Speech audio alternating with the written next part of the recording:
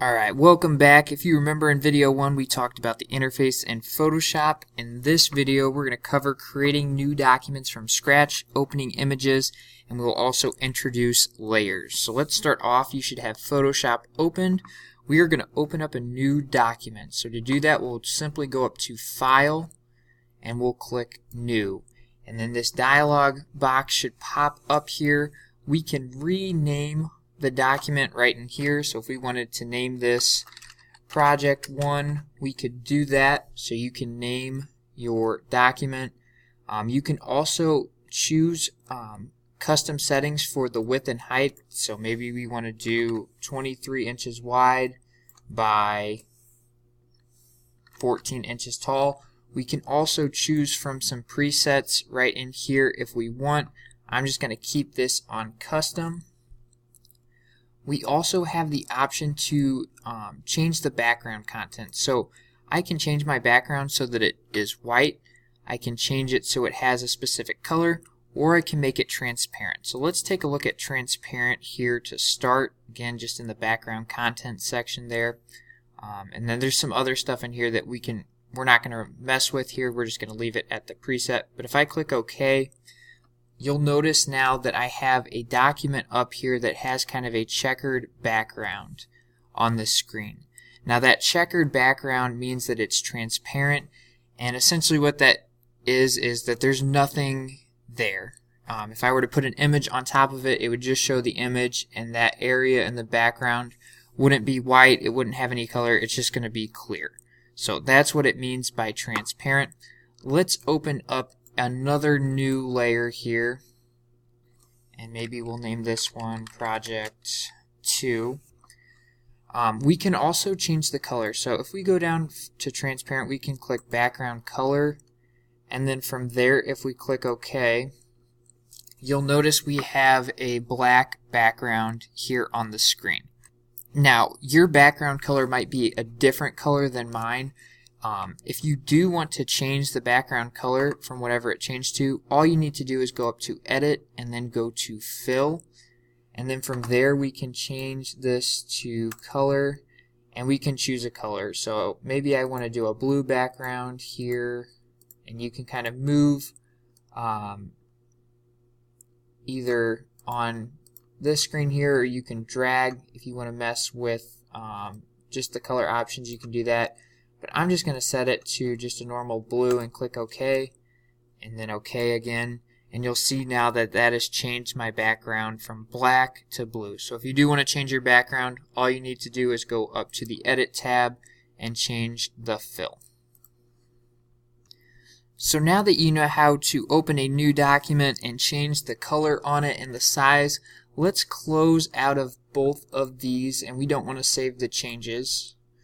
And what we're going to do next is I'm going to show you how to open up multiple images at the same time. So in Photoshop, oftentimes we're going to be working with images, and it's a good way to open all of the images at the same time to avoid having to do it individually. So I'm going to show you how to do that.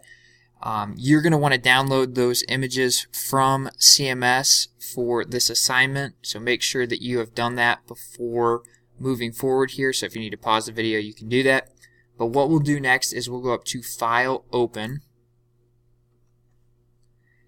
and then from there, if I click this drop down menu, wherever your assignments were saved, so whether you downloaded them or if you saved them to your digital media folder, you can find those.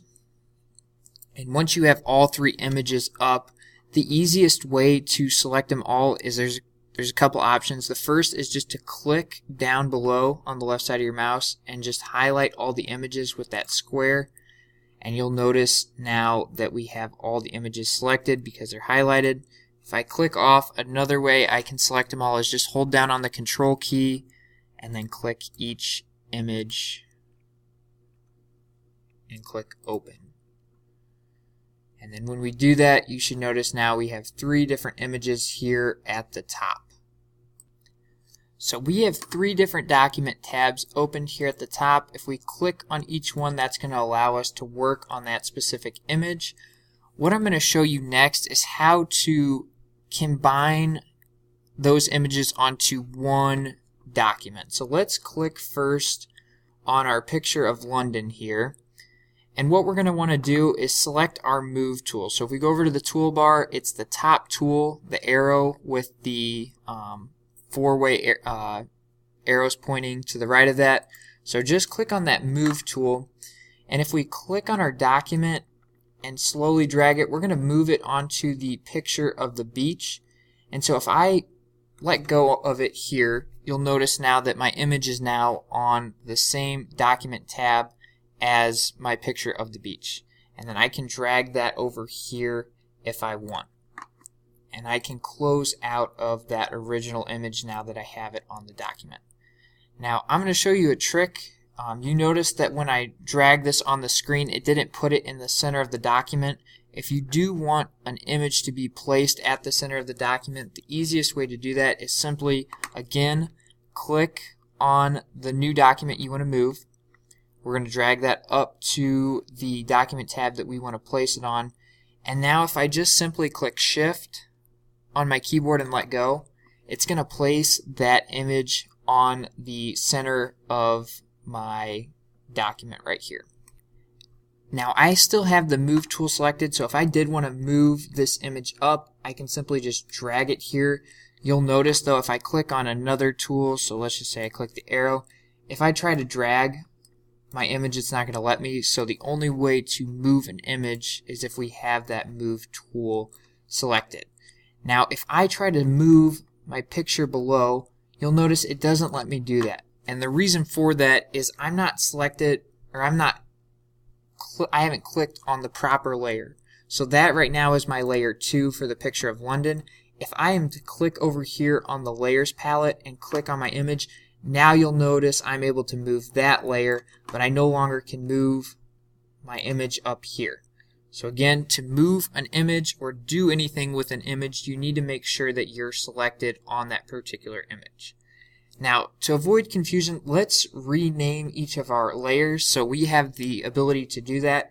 If I click on layer 2 here, so that should be this image up here. If I just double click on layer 2, you see that it selects that layer 2, and now I can rename that. So let's just rename that layer Greece, and I can click enter, and now that layer has been named Greece.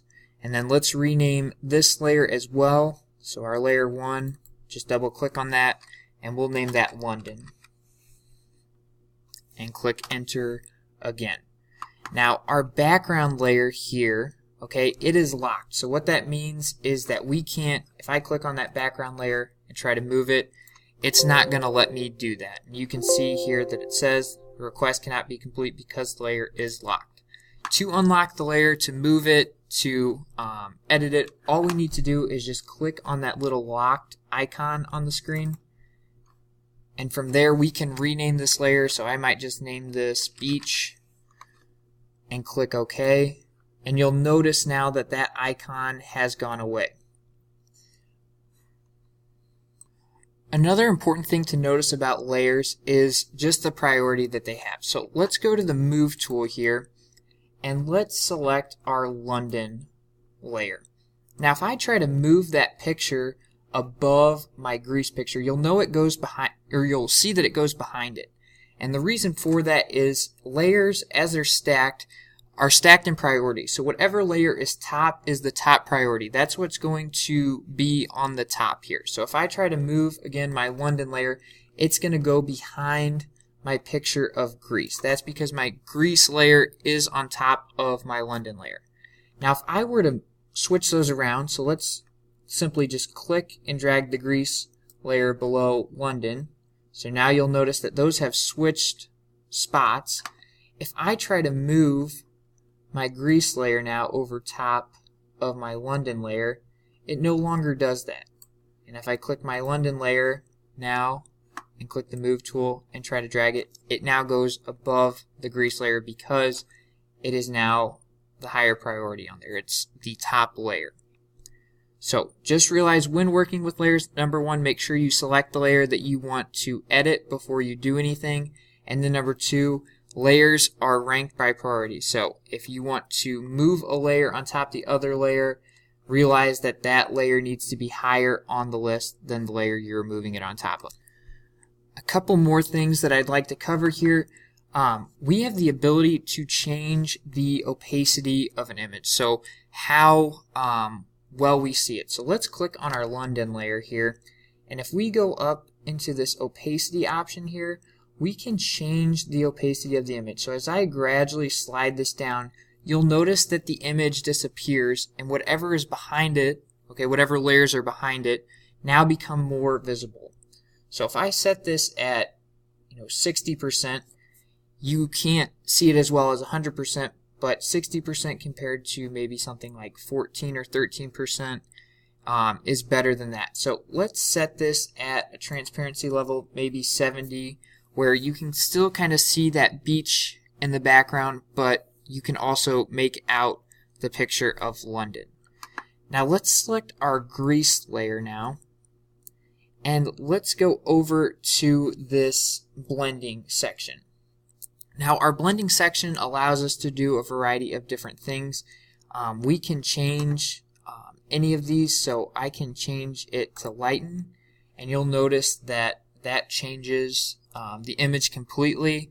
To undo that, I can simply just click Control Z, or if I wanted to undo that again, I could do Edit, Step Backwards, or if I do Redo Blending, it will set it back to what I had, or I can click Step Backwards and undo that change.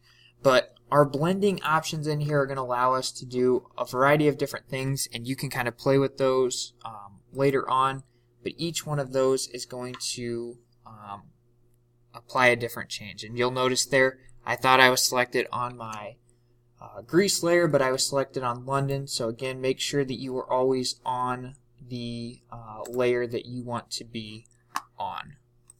The last thing I want to cover in this video is how to resize different images. So let's say that I wanted these two images to be a little bit smaller.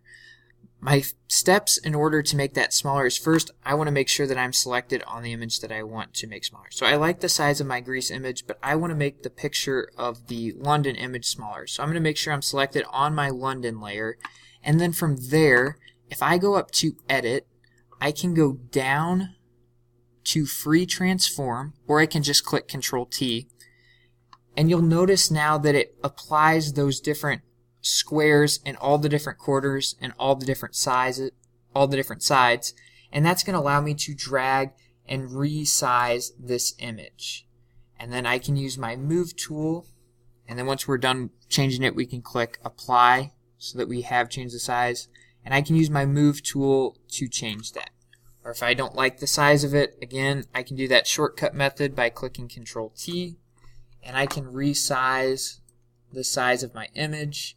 And once it's the size that I like, I can simply click Enter, and now it is set to what I want. So hopefully this video gives you a little bit of background just about layers, opening up new documents, and just opening up images. Once you have added the 3 images onto the same document, mess around a little bit with the opacity for each, and then also the blending options. And if you want to use the Free Transform option on there to resize the image, finish that up, and then you'll submit this assignment to me on CMS.